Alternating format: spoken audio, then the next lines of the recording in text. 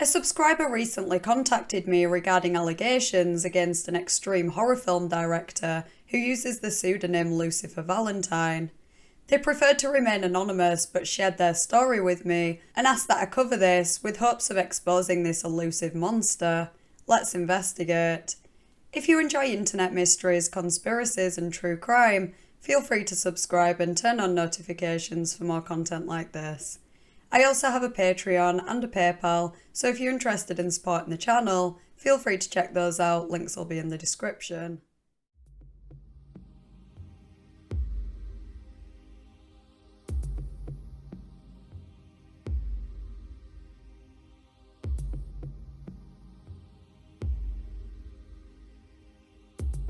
This video will contain vague discussions of sexual assault, grooming and abuse. Viewer discretion is advised.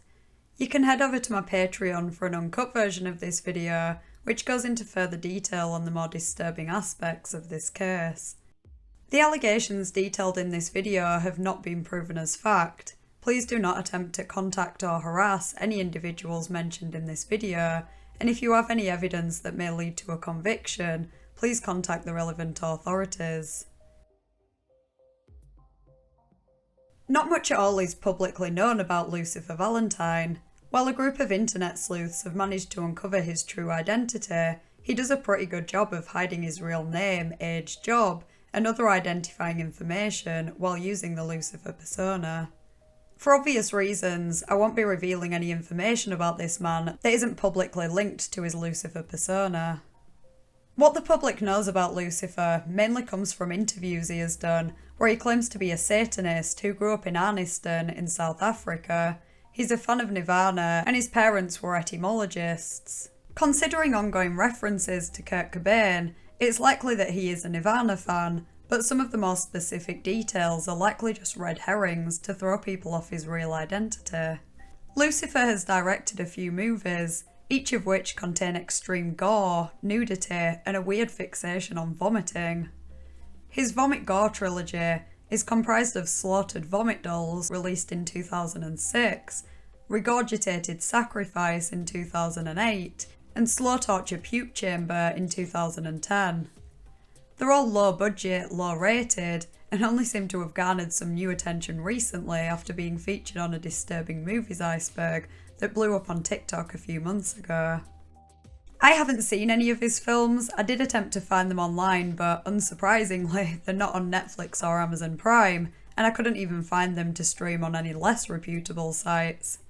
I found one site where you can purchase them, but I hope by the end of this video you'll be in agreement that this man does not deserve the money. I did read and watch a couple of summaries and reviews, and honestly it doesn't sound like I'm missing much. I hear they are really disgusting, shocking and overanalyzed, and it doesn't even sound like Cannibal Holocaust or something similar, where there's at least a half-decent storyline. Particularly the first movie appears to be a thrown-together compilation of random scenes featuring the main character, Angela Aberdeen, who is a bulimic worker. There's lots of gore and lots of puke, and to call this specific genre an acquired taste would be an understatement. Anyway, the content of the movies isn't too important, but this man clearly has a fetish for vomit and other unusual and gory things. Angela was played by an adult film actress, Ameara LaVey, real name Brandy Petrie, who was 22 at the time. When asked in an interview with Punk Globe how he met Ameara, Lucifer said, "I was travelling to various countries as a getaway when I met Ameara LaVey in Canada, as I'd been taking care of my very ill sister my entire life up to that point, while my parents were consumed by their work. I had a few friends in the industry, and at parties I kept running into Ameara LaVey. We always seemed to be in the same room, and she was just standing right beside me, starting a conversation with me. I thought Ameara was so sweet, but to be honest, I wasn't interested in dating her at first, but she was persistent and kept asking me to go out for a drink, and so on the fourth time she asked me, I agreed to take her out, and we became inseparable from that point on. Ameara desperately needed to be taken care of when I met her, as she had severe health problems due to drug and alcohol abuse. She was barely 92 pounds, emaciated, white as a ghost, and honestly looked like she would be dead very soon. Ameara was working in extreme hardcore underground when I met her, and she literally could barely make it through the scenes without collapsing. It was horrible. She was malnourished and frail, and was also abusing her antipsychotic prescription drugs like lithium, etc. One night at 3 AM, in the pouring rain, Ameara was kicked out of her father's house with nothing but a small bag of a change of clothes and a carton of milk she had snatched on her way out of the door. She knocked on my door and I answered to see a soaking wet, totally lost and nearly insane Ameara LaVey shivering and staring at me like a stray kitten. I said, "Get in here, kid, you're mine now." Ameara lay in my bed for nearly 3 months and I took care of her, nursing her back to health, feeding her, clothing her, and yes, filming her. Since I have a dominant personality, and Ameara was totally submissive to me, we made a 24/7 total power exchange relationship agreement in which she could stay with me as long as she liked, and I promised to take care of her and make sure she got healthy, as long as she did everything I told her to do, no matter what, and gave me permission to film her at any time doing anything. Absolutely nothing was off limits, and it was all at my discretion, not hers.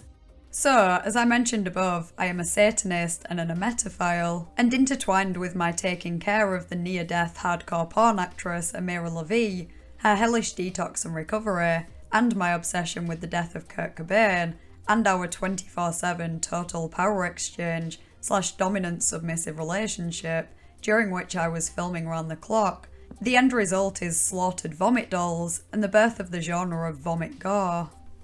I was lost for words when I read that, how he so brazenly admits to taking advantage of Ameara and reading between the lines, basically her, allegedly.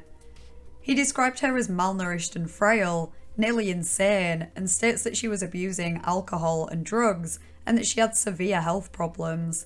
To me, that does not sound like someone who is able to consent to whatever sordid demands Lucifer made. And regardless, you can't really consent to something if you don't know what it is you're consenting to. You'll notice that the people Lucifer preys on are often addicted to drugs and suffering with eating disorders, or just young fangirls who can be easily manipulated. In fact, he says most of his girlfriends have had an ED, which is a worrying trend anyway, but also fits in nicely with his thing for vomit. I doubt he'd be supporting their recovery if he enjoyed their illness. I don't even know if a contract of this nature would be valid legally. I'm pretty sure it wouldn't be here in the UK, but maybe there's a loophole. Lucifer has mentioned in interviews that he has a good legal team to assist during film production if need be, so if there's a way around relevant laws, I'm sure he found it. His claims of leading Ameara to detox and recovery are questionable, as it's been speculated that she may have been on drugs during the filming of Slaughtered Vomit Dolls, and perhaps the subsequent Vomit Gore Trilogy movies too. Regardless, any progress she may or may not have made was not permanent, as she was tragically murdered in 2017 during a drug deal where the customer snapped after being told that he had to pay in cash. I've seen a couple of theories floating around that Lucifer may have been involved in Ameara's murder somehow, but there is no evidence to suggest that's the case. You could argue that had he actually taken care of Ameara, rather than exploiting her, perhaps she could have lived a healthier and safer life, and thus never ended up in that situation, but that's the extent of it. They weren't even in contact around the time she died, and yet Lucifer continues to milk her death for his own benefit. 4 years later, he still uses a photo of her as his profile photo on Twitter and Instagram, and last year released The Angela Chapters, a follow-on from his other films featuring Ameara, where he recast her role. Lucifer's statement makes me wonder how much of his movies are special effects and how much of it is real. No one died while filming, so the very gory scenes are obviously fake, but we know that a lot of the footage is from home movies of Ameara, and that the puke was real, which is not only disgusting, but very unhealthy for the actors. But then I imagine, given that she was a recovering addict and had other health issues, Ameara may well have thrown up sometimes anyway, so Lucifer probably just used that to his advantage. As I said, I haven't seen any of his movies or the special features, so I'm only going off what I've been told or information I've found online. But there are rumours that a scene in one of his movies, A Perfect Child of Satan, is actually real. In the making of featurettes, Lucifer reportedly tries really hard to convince you that it's all fun and consensual, and at the start of Slow Torture Puke Chamber, there's a disclaimer that the main actor consented to absolutely everything. This sounds like it could be a case of the alleged predator doth protest too much. It's not unheard of for movies to have disclaimers. A pretty common one is where animals are used in filming, and they want to reassure you that none of them were harmed.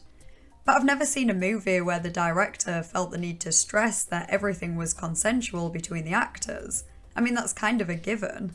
Lucifer also strikes me as the kind of person that would enjoy making people think that his movies are real, because it'd further the disturbing persona he created.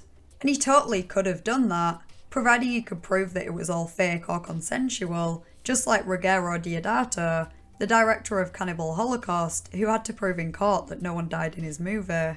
It all gives me the impression that Lucifer has covered his tracks in terms of the legality of all this, i.e. airtight contracts, video consent, etc., but that the actors may not have known for sure what they were consenting to, or maybe that things got out of hand during filming. Either way, it's my personal opinion that Lucifer's disclaimers are not totally accurate or truthful, but simply an attempt at diverting suspicion. Ameara wasn't the only girl that Lucifer openly admitted to taking advantage of. I have received credible information to suggest the following statements made by Lucifer are not true, it's just something he made up to supplement the messed up persona he created. But I think it says a lot about him that he would even think of anything like this, let alone publicly describe it. In the Punk Globe interview, he said that he had taken care of his very ill, quote, blind as a bat, little sister, Cinderella, his whole life until he met Ameara. He spoke about filming her and said it made her happy.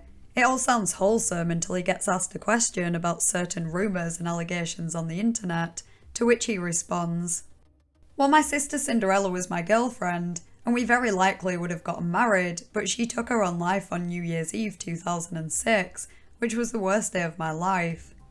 Cinderella was extremely jealous of my relationship with Ameara LaVey, and since I raised her, I was the only man that she'd ever been with, so she always threatened to kill herself when I was away from her and with Ameara. Cinderella drowned herself in a bathtub after overdosing, like Angela does in SVD. She had reenacted this to worry me many times before, and I filmed it quite often, never thinking she'd actually do it. One version of Cinderella imitating Angela's death is in black and white footage right near the very end of ReGOREgitated Sacrifice." In a feature on the SVD movie, he clarifies that Cinderella was autistic, would go completely catatonic for hours at a time, sometimes wouldn't speak for days or weeks, and refused to eat or drink. It's important to take some of what Lucifer says in general with a pinch of salt.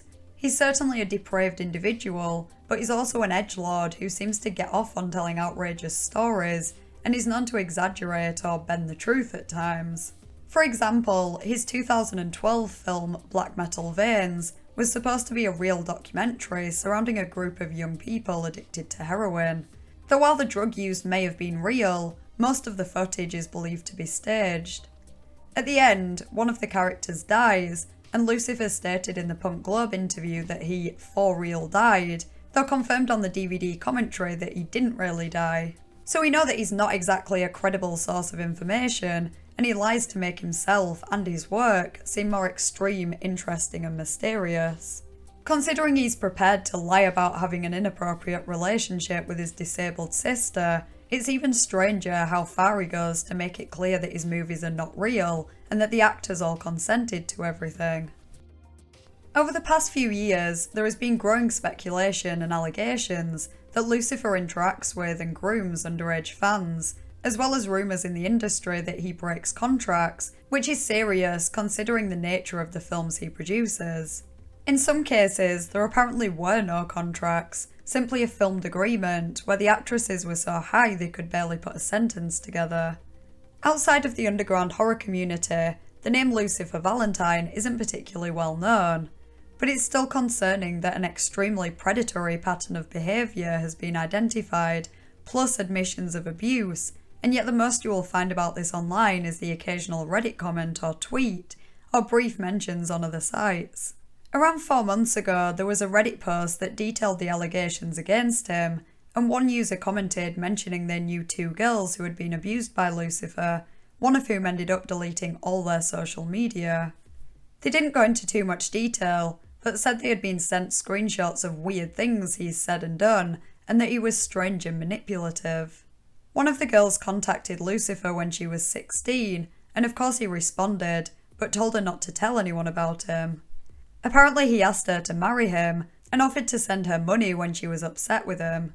He bought her expensive gifts, and they met up a few times, where he was apparently awkward and uncomfortable.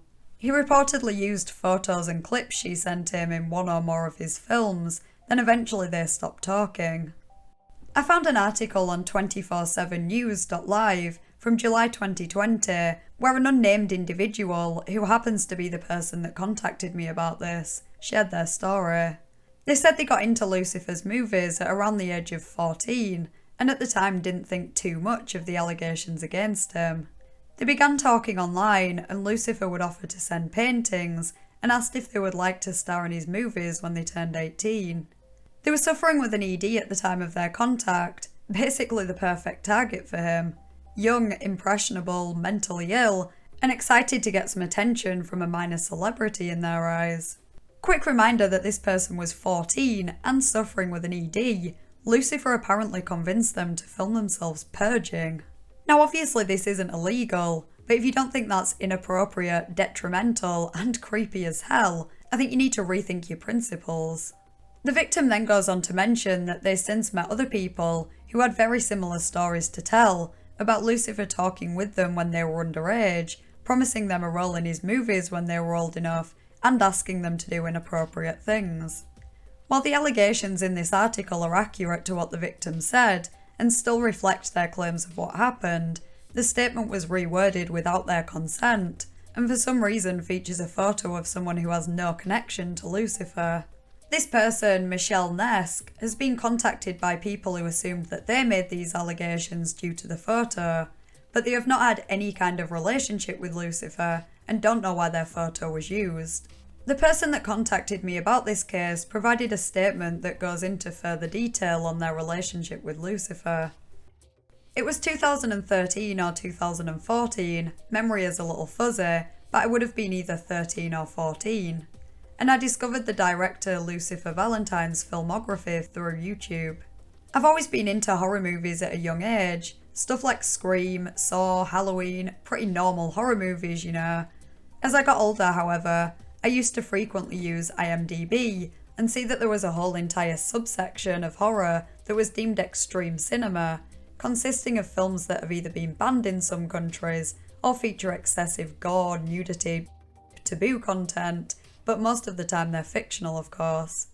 I found out about the Vomit Gore Trilogy from Lucifer Valentine and decided to watch all of his films. If you're unsure of the content or plot in these films, they're basically wannabe non-chronological fake deep art films with a lot of gore, super explicit nudity, and actual in real life vomiting to represent characters with bulimia. I found out the director had a Facebook and added him. Granted, I knew his films were 18 plus and didn't expect him to add me back, but he still did anyways. I wish I realised how inappropriate it was for a content creator to be adding a middle school age kid at the time, but I digress. Anyway, he would constantly talk to me about his line of work and always offer me a part in his next big movie the day I turned 18. I didn't think much of it at the time, but I realised this was inappropriate and grooming type behaviour. He also put me in Facebook groups where much older men, I'm talking 30 to 40, would be in there and talk about his work and share very explicit photos of nudity from the films. It made me really uncomfortable when grown men from the group would add me and then talk about how young I was in private messages I didn't even ask them to send. Also, watching these films that depicted actual actresses with eating disorders honestly pushed me into developing a severe eating disorder at the time.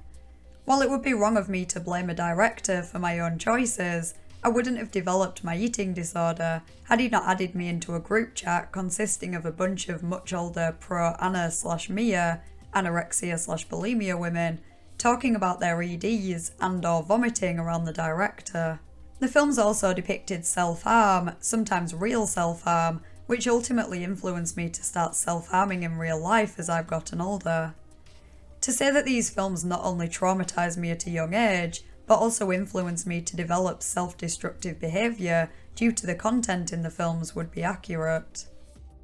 Recently, Twitter user Mondo Videos, real name Taylor, started a thread summarising the rumours about Lucifer, which prompted a few alleged victims to share their own stories.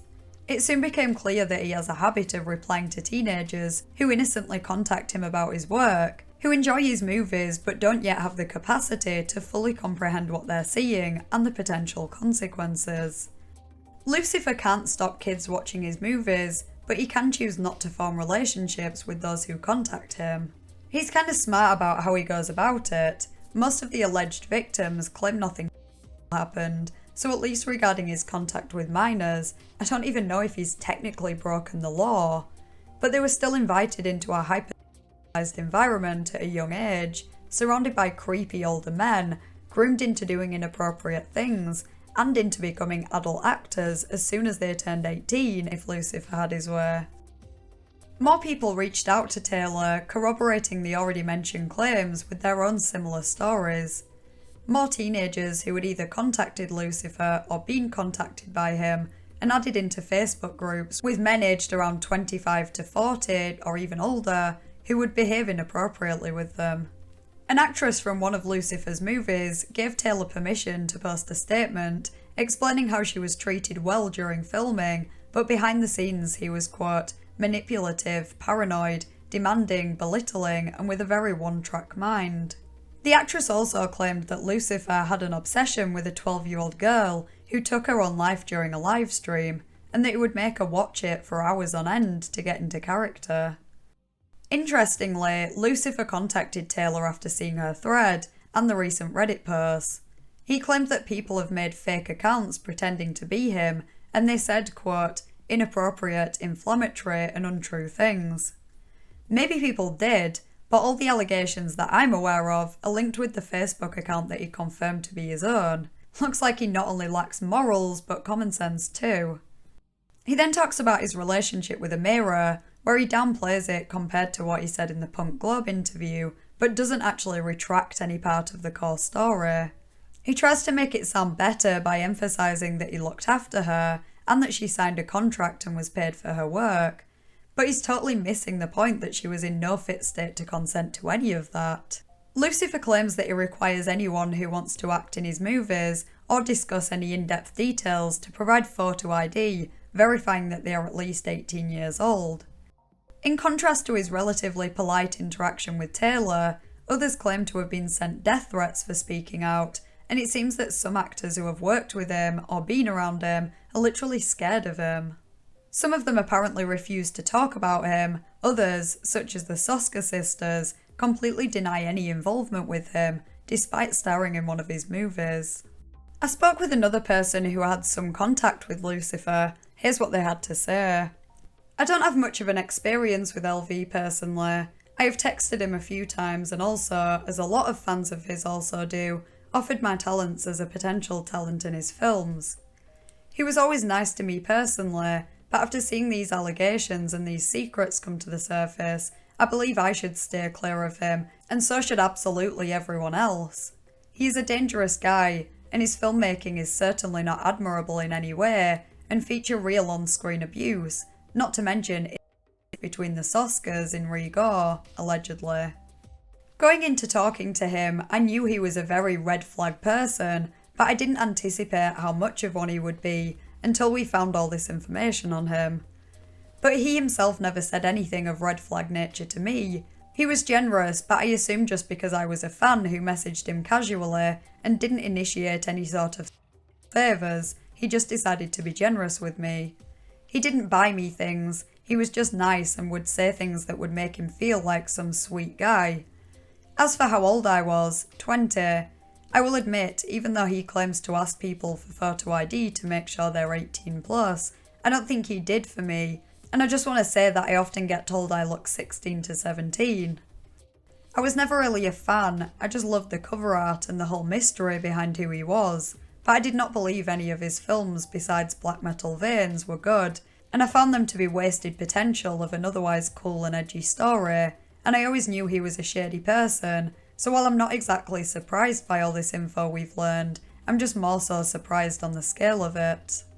It has been an honour to be introduced into this circle of people who just want to expose the mystery of this awful person who needs to face the consequences of his decades of alleged deviance and violence, and I'm very happy that despite them thinking I was some mega fan before being brought in, that they still trusted me enough to let me in and help them find info. I didn't find a lot, but I found some tidbits here and there to help the investigation along the way. The bottom line is, the vast majority of this is he said, she said. There isn't much solid evidence, partly because a lot of these conversations happened years ago, and partly because Lucifer is pretty good at covering his tracks. I personally believe the allegations. There are enough of them telling very similar stories, and given the things Lucifer himself has admitted to, it's all very conceivable, in my opinion. You can form your own opinion from the information provided and your own research, but to me it seems clear that this man has something to hide. Lucifer's movies are disgusting, but they're not exactly revolutionary, and many other films exist on a similar level, if not even worse. It's not common for someone to go to such great lengths to conceal their identity, especially when they also have an established career in a similar profession under their real name. If Lucifer had nothing to hide, combining his work from each persona would only be a good thing and would make him more recognised. It's not like he's ashamed of the Vomit Gore Trilogy or his other work as Lucifer, but I'm starting to see him as a Jekyll and Hyde type character. His job under his real identity is nothing extraordinary. I'm sure people just think he's a normal person living a normal life, completely unbeknownst to the other side of him. He has literally created an entire persona to enact his sick fantasies and predatory behaviour. The allegations against Lucifer are only really just starting to surface publicly. It's very worrying to think that he probably has a family, friends and colleagues who have no idea what he's really like. The extreme horror and gore genres will always have a bad reputation, simply because many don't understand how someone can gain enjoyment out of seeing such brutality, even if it is all fake blood and good editing. But cases like this really highlight what's important. You can be into movies about murderers and not actually be a murderer. You can be entertained by on-screen gore without liking the idea of harming someone in real life. There should be some boundaries in terms of what's depicted in movies, but ultimately, enjoying horror and gore movies is not going to be detrimental for most people. The problem with the Vomit Gore Trilogy is that they aren't totally fictional, and I don't think Lucifer even knows the meaning of the word boundary. By his own admission, those movies are a product of abuse, a permanent record of a troubled young girl who was exploited in every way by a depraved individual who then went on to use them to groom children, allegedly. There are a few movies that I think should be banned, but show me a better contender. I think there's a pretty good chance that Lucifer himself will see this at some point. I imagine he's the kind of person that Googles himself daily in an attempt to give his little ego a boost when he's not exploiting kids, allegedly. So if you do watch this, Lucifer, I hope you realise your behaviour is catching up to you. We know exactly who you are and what you've done. You can threaten me if you want, as you have others who have tried to expose you, but you can't prevent the truth coming out. And to anyone watching this who has personally interacted with Lucifer and feels that they were groomed, taken advantage of, or communicated inappropriately with, if you want to share your story or you just need to talk to someone in confidence, please don't hesitate to contact me on any social media mentioned in the description of this video. Alternatively, you can contact Taylor on Twitter @MondoVideos, who said her account is a safe space for survivors. A link to her Twitter thread will also be in the description, just note that the thread is broken so you have to keep clicking the last tweet to read the whole thing. And finally, to everyone else, please don't support this man. Don't buy his movies or merch, don't follow him on social media or comment on his YouTube videos, don't allow him to profit from allegedly exploiting young people at their lowest. Unfortunately, it's unlikely that Lucifer will ever face legal consequences for his actions, so the best thing we can do is spread awareness and try to prevent others falling into his trap. I'd be interested to hear your thoughts in the comments. Are you familiar with Lucifer Valentine, and if so, were you aware of the allegations? If you enjoyed the video, please consider liking and subscribing. Huge thank you to my patrons, whose names are on screen now. I really appreciate your support. Thanks for watching, and I'll see you next Thursday in a new video.